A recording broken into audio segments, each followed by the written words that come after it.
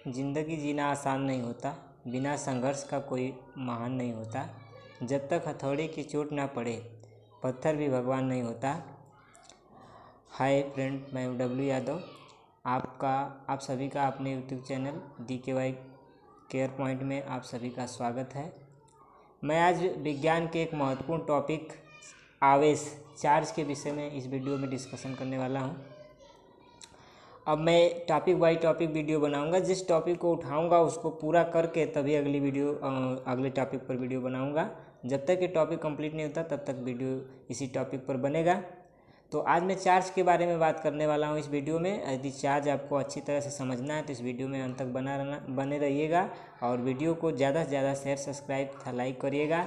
यदि आप वीडियो पर नए हैं तो रेड कलर के बटन को दबाकर चैनल को सब्सक्राइब कर लीजिएगा, ऑल नोटिफिकेशन ऑन कर लीजिएगा, जिससे कि जब भी मैं कोई वीडियो अपलोड करूं उसका नोटिफिकेशन आप तक पहुंच सके। चलिए फ्रेंड, बिना लेट किए इस वीडियो को शुरू करते हैं। आज हम लोग चार्ज के बारे में समझेंगे। चार्ज क्या होता है, आवेश क्या होता है।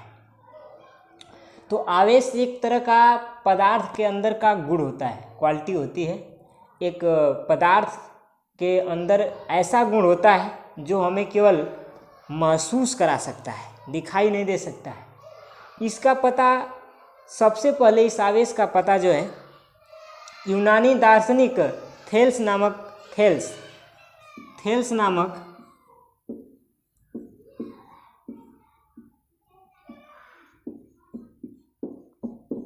यूनानी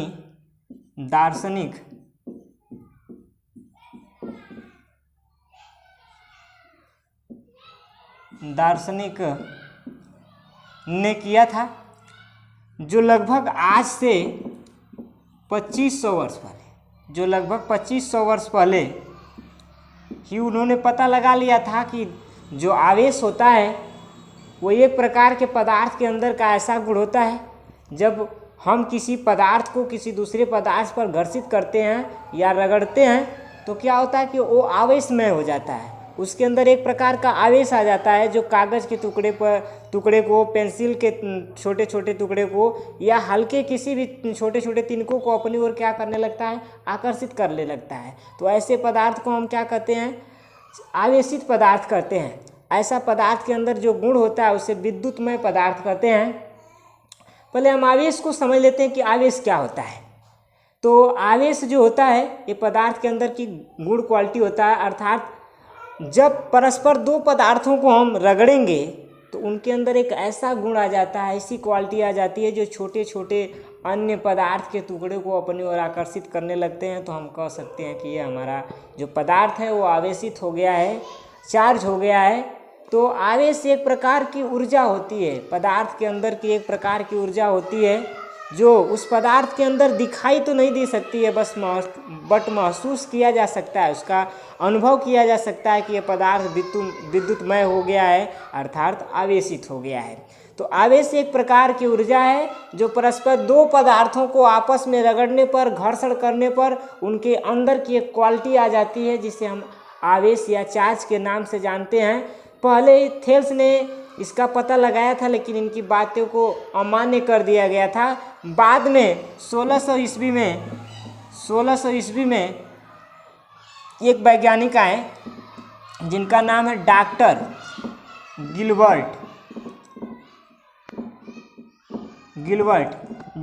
गिलबर्ट नामक एक व्यक्ति ने, एक वैज्ञानिक ने ये क्या किया कि आवेश को फिर से आवेश की परिभाषा दिया। इन्होंने क्या किया कि इन्होंने बताया कि जब हम अंबर जैसे पदार्थ को या आबनूस के छड़ को या फिर लाख या ऊन या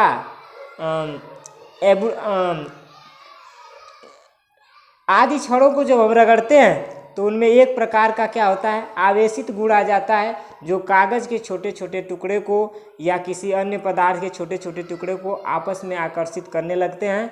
ऐसा वैज्ञानिक डॉक्टर गिलबर्ट ने बताया। तब लोगों को ज्ञान हुआ कि नहीं, हाँ सचमुच आवेश कोई एक घटना होती है जो छोटे छोटे टुकड़े को अपनी ओर आकर्षित करता है। जब वो चार्ज हो जाता है, जब वो आवेशित हो जाता है, तब ऐसा उसके अंदर, उस पदार्थ के अंदर ऐसा गुण देखा जा सकता है, ये गिलबर्ट के विचारों के अनुसार। तो आज बात करते हैं कि आवेश कितने प्रकार के होते हैं। आवेश को तो हम जान लिए, बट आवेश कितने प्रकार के होते हैं इसके बारे में थोड़ा जानकारी लेते हैं। तो आवेश मूल रूप से केवल 2 प्रकार के होते हैं। आवेश मूल रूप से 2 प्रकार के होते हैं, प्लस आवेश और माइनस आवेश। आवेश 2 प्रकार के होते हैं, प्लस और माइनस होते हैं। अब बात कर लेते हैं इसमें प्लस माइनस में, तो आकर्षण होता है। आकर्षण होता है। प्लस प्लस में प्रतिकर्षण।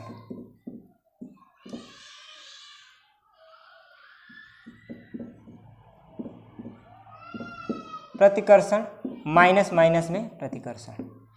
प्लस प्लस में प्रतिकर्षण, माइनस माइनस में प्रतिकर्षण होता है। जब प्लस माइनस या माइनस प्लस आ जाते हैं तो इनके मध्य क्या होने लगता है, आकर्षण होने लगता है। तो विपरीत प्रकार के आवेशों के मध्य आकर्षण काम करता है और समान प्रकार के आवेशों के मध्य प्रतिकर्षण बल काम करता है। आवेश जब समान होंगे तो वह दूर हटेंगे और जब आवेश विपरीत होंगे तो एक दूसरे के संपर्क में आकर के चिपक जाते हैं, अर्थात एक दूसरे से आकर्षित हो जाते हैं। तो आवेश जो है 2 प्रकार के होते हैं। आवेश एक प्रकार की ऊर्जा होती है जो हमें दिखाई नहीं दे सकती है, लेकिन उस क्षण के अंदर, उस पदार्थ के अंदर वो निहित होती है, जिसके कारण वो पदार्थ को अपनी ओर आकर्षित करते हैं, एक दूसरे को अट्रैक्ट करते हैं। ऐसा उसके अंदर गुण पाया जाता है। ये किसके कारण होता है, क्या उसके पदार्थ के अंदर होता है, उसके बारे में थोड़ा जान लेते हैं। तो ये पदार्थ के अंदर जो होता है वो आपका होता है, एक कण होते हैं। पदार्थ के अंदर पाए जाने वाले कण होते हैं। कण का नाम है इलेक्ट्रॉन, प्रोटॉन और न्यूट्रॉन। ये 3 प्रकार के मूल कण होते हैं, इनको बोलते हैं मूल कण।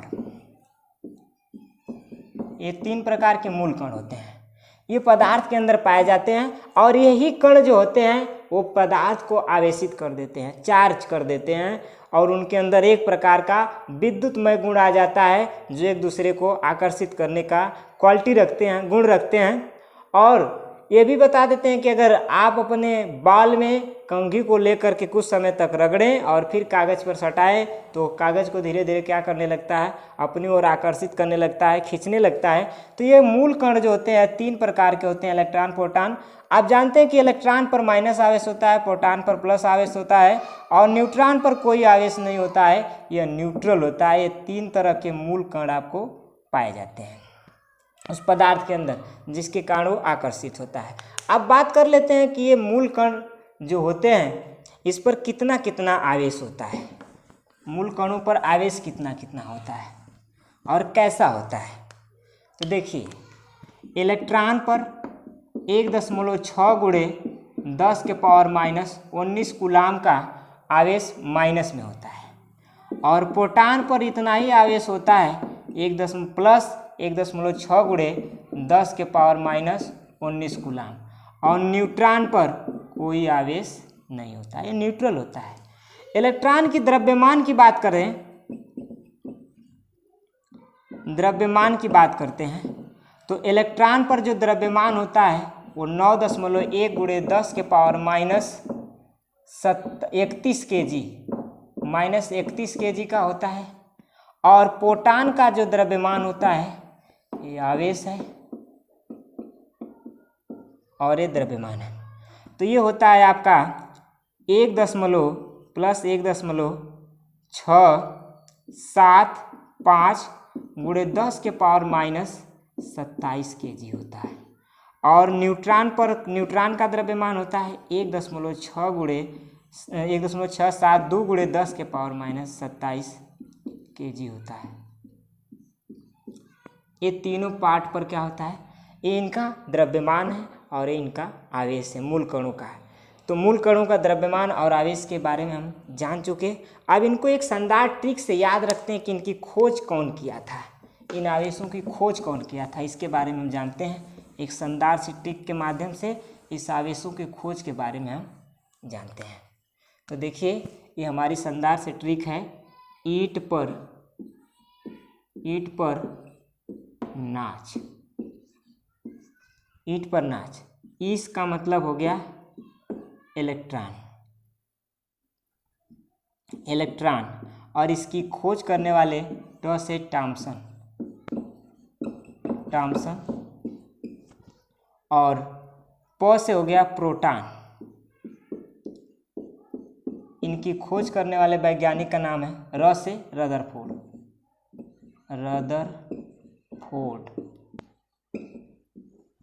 और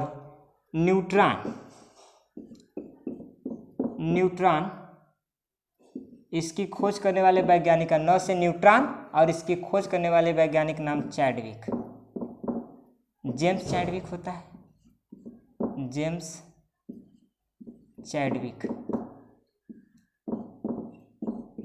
चैडविक ये वैज्ञानिक का नाम है। तो ये 3 तरह के मूल कण हैं और इनके वैज्ञानिक नाम हैं, इनके खोजकर्ता के नाम हैं। इनको आप याद रखिएगा इस ट्रिक से, शानदार ट्रिक से। देखिए ये कुछ अस्थायी कण हैं, इनको कहते हैं अस्थायी कण हैं। इनके बारे में जान लेते हैं, इनके खोजकर्ता के बारे में जान लेते हैं और इनका सिंबल जानते हैं। ये पॉजिट्रॉन होता है, पॉजिट्रॉन का सिंबल होता है +1e और खोज करता है CD एडरसन। मेसान होता है, इसका -π +π होता है यूकावा, इसके वैज्ञानिक का नाम है। और न्यूट्रिनो का सिंबल होता है म्यू और इसके वैज्ञानिक का नाम है पॉली। एंटीप्रोटॉन एक प्रोटॉन के बराबर या प्रोटॉन जैसा आवेश होता है, इस पर एंटीप्रोटॉन के जैसा आवेश होता है, इसके वैज्ञानिक का नाम है सैगर। और एंटी न्यूट्रॉन इस पर न्यूट्रॉन के जैसा आवेश होता है, इसके वैज्ञानिक का नाम है कार्क। और कुछ ये 3 कण हैं जिन्हें आप रेडियो एक्टिव पदार्थ में ये गुण पाए जाते हैं। ये इनका तीनों अल्फा बीटा गामा इनका ये सिंबल है और इनके तीनों के खोजकर्ता हेनरी बैकुरल नामक वैज्ञानिक ने पता लगाया था। ये जो कण होते हैं अल्फा बीटा गामा की बात करते हैं, ये जब किसी परमाणु का नाभिक बहुत भारी होने लगता है, बहुत बड़ा हो जाता है, लगभग 80 के पार 90 के पार जाने लगता है, तो उस परमाणु से एक तरह की अदृश्य किरणें अल्फा बीटा गामा उत्सर्जित होने लगती हैं और उनका नाभिक धीरे धीरे दूसरे पदार्थ के नाभिकों में टूटने लगता है, विखंडित होने लगता है। ये एक तरह के अदृश्य किरणें जो निकलती हैं, इनका सबसे पहले अध्ययन हेनरी बैकुरल ने किया था और इनका नाम अल्फा बीटा गामा रखा था। अल्फा पर प्लस आवेश होता है, लगभग 2 प्रोटॉन के आवेश के बराबर होता है, और बीटा पर माइनस आवेश होता है जो 1 इलेक्ट्रॉन के बराबर होता है, और गामा पर कोई आवेश नहीं होता है, लगभग ये आपका न्यूट्रॉन के बराबर होता है। तो ये 3 तरह के मूल कण होते हैं। ऐसा जिन पदार्थों में अल्फा बीटा गामा का उत्सर्जन होता है, जो पदार्थ अल्फा बीटा गामा का उत्सर्जन करते हैं, ऐसे पदार्थ को हम रेडियो एक्टिव पदार्थ कहते हैं।